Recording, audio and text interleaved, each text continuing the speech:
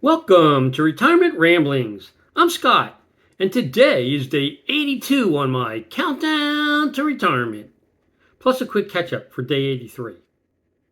So, yesterday, day 83, I ended up speaking with my 401k representative and confirmed that as soon as I'm marked as terminated in our ADP software at work, I'll be able to initiate the transfer from my Fidelity 401k and Roth 401k into my self-directed IRA and Roth IRA. So I was happy to hear that. I don't have to worry about the 5-year rule because I'm over 59 and a half years old. So that worked out great for me because that was one of the things I was worried about. I obviously knew that I had already exceeded the 5-year rule on my self-directed IRA, but I understood that there was a separate clock that you had to worry about if it was a 401k Roth. So took care of that.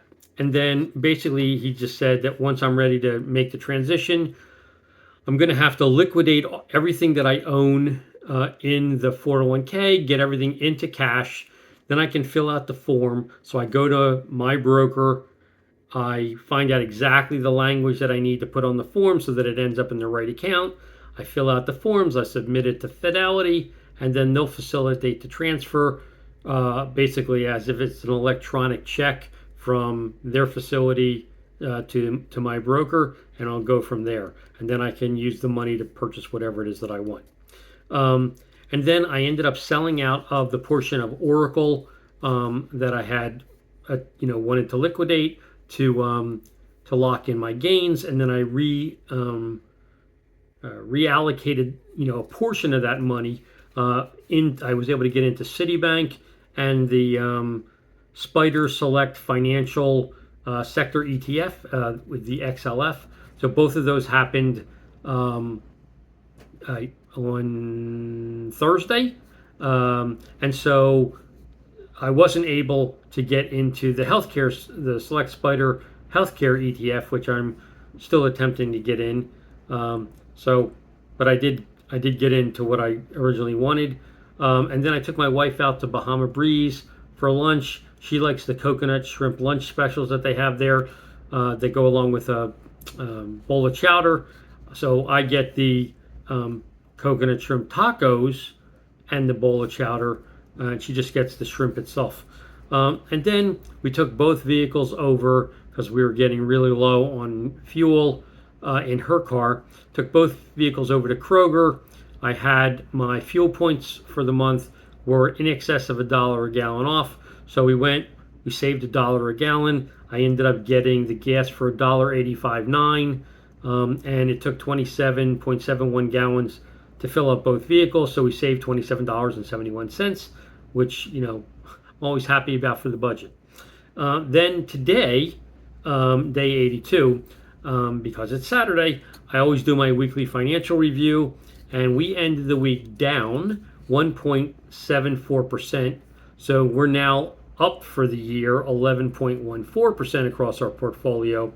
But the decline on Friday due to the Trump tweet with regard to China tariffs and possibly getting rid of them, not showing up at the summit at the end of the month, as well as, the potential layoffs that they're going to do for the federal government, among other things, gave the market jitters. And you could clearly see that, soon as this tweet came out, the market just went, off a cliff.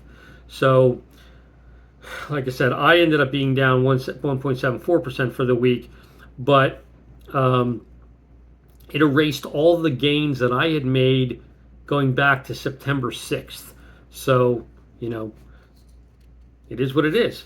And then rarely does the market bottom on a Friday. So the bond market's closed for Columbus Day on Monday. The stock market's still open. So I'm expecting that Monday, unless some news comes out tomorrow on the talk shows, the political talk shows, that come Monday morning, we're going to see a continuation of the decline, that started on Friday. So I'm going to get my shopping list ready tomorrow and put in orders for things that I would want to pick up as I'm reallocating or rebalancing my portfolio prior to year end, when I'll retire.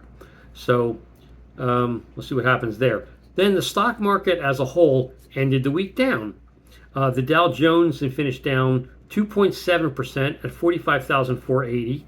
The S&P 500 was down 2.4% at 6,553. The Nasdaq was down 2.5% at 22,204.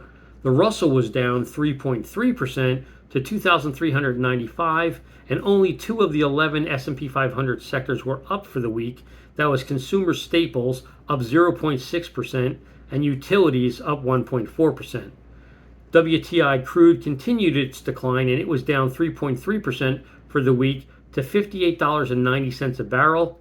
Gold, on the other hand, was up another 2.3%, crossing the 4,000 mark at $4,000.40 a troy ounce at the close.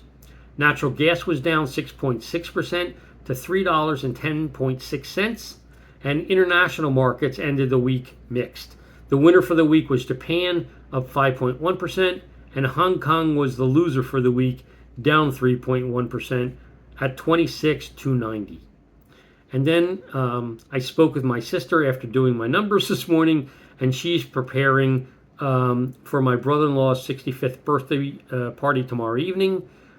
She's having a private chef who's a friend of my nephews come and basically cater the party, which will be them plus 6 additional couples that'll be joining them for the celebration. And it'll be a combination of lobster dishes and some lamb dishes for those people like my sister who can't eat seafood because she's highly allergic. And then my sister-in-law was attending some sports outing with her grandchildren, and so she asked me and my wife if we could walk her dog while she was away. We said sure, and her Cocker Spaniel, though, does not like going very far from the house without my sister-in-law and brother-in-law, because somehow he thinks he's going to miss their return. So I was able to coax him and go like a whopping 3 houses down the block by giving him treats every so often to get him out of the house. And he did go, but that's as far as I could get him. And then after that, I was just like pulling back till I could get him back to the house. And he just wanted to be in there, lay down, and that was that. So it was good enough to hold him over till they got home. So they were happy, I was happy. That's the way it goes. Then when on my walk home from their house, I stopped by our community mailbox, and my 15-foot HDMI cable was there that I had ordered from Amazon. So I took that home with me, and then I basically went and attached it to my TiVo Romeo over-the-air recorder, routed it up through the track behind my fireplace and out to the television, which sounds easy, but quite honestly, probably took me another hour to get that to go through. It just wouldn't route without sticking in the tubing and stuff. So I basically ended up having to drop a weight, pull it through with string, tie it off to something else. But I got it done. So that's all that matters in the end. And so now there's minimal cables that are visible, so my wife's happy with that. I tested the over-the-air guide. That's functioning properly. I used my smartphone, which has a compass built into it, to point the over-the-air antenna to 150 degrees, which from where I live is the direction that I need the antenna to be pointing to. Once I got it exactly on 150 degrees, all the local channels started coming in really clear, and the antenna strength came up from nominal to what it needed to be. So I was happy with that. And then I toggled from the OTA over to Sling on the smart TV to see that the recordings that I did for a CNBC recorded properly. And then I watched playback of the halftime report on CNBC with Scott Wapner. That came in, really clear. And so I was happy with the way everything's done there. So the smart TV setup, with the exception of the Fire Sticks that are coming in on Tuesday, is all done. So that's going to be on my older TVs, but my new TV is now fully set up and operational. So I'm good with that. I went and checked on DirecTV today to see when I have to basically cancel it by before they charge me another $92 or $93. And I have till the end of the month. So probably in the next 7 to 10 days, I'll do the cancellation just to be safe. And we'll be totally on Sling at that point, which will basically, as I shared before, save me from $93 down to $52. So for me, it's a worthwhile savings. That's what I'm going to do. And then I had bought some, it's the equivalent of Steakums for making Philadelphia cheesesteaks, but it's a different brand. It's the Lidl, whatever Lidl's brand is. So anyway, I had bought those, had them in the freezer. I picked up a couple of rolls at Kroger. I thought I would try making cheesesteaks for lunch, or really pizza steaks. So I told up my griddle, put it on the stove. I made, first I grilled the mushrooms and onions, got those ready, got cheese set off to the side. Then I took 4 pieces for my wife and 4 pieces for me of the meat, diced it up, on the griddle, got everything to the right temperature, put the onions, mushrooms, and cheese on it, heated that. Then I transferred it over to the bun, and it also made pizza sauce, so I layered pizza sauce on it. And so it looked good. I also made some French fries for my wife and such in the air fryer. So aesthetically, it looked good. And everything except for the bun tasted fine. The bun, unfortunately, couldn't stand up to what I put on it from a toppings perspective. It literally was falling apart. And so we were going through napkins like crazy as we were trying to eat the thing. So I'll definitely need to get a better bun, or better roll, I should say, the next time I try to make it. Because like I said, the sandwich itself was good. It just, the roll is really what makes a Philadelphia cheesesteak. And I need to just find a better roll. So whether that's going to be a French roll or an Italian roll, I'm not sure, but it's going to be a different roll than the standard sandwich or the standard rolls that they sell at Kroger.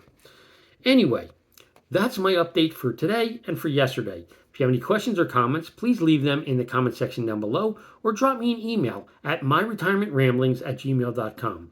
Otherwise, I hope you have a great evening, and until tomorrow, take care.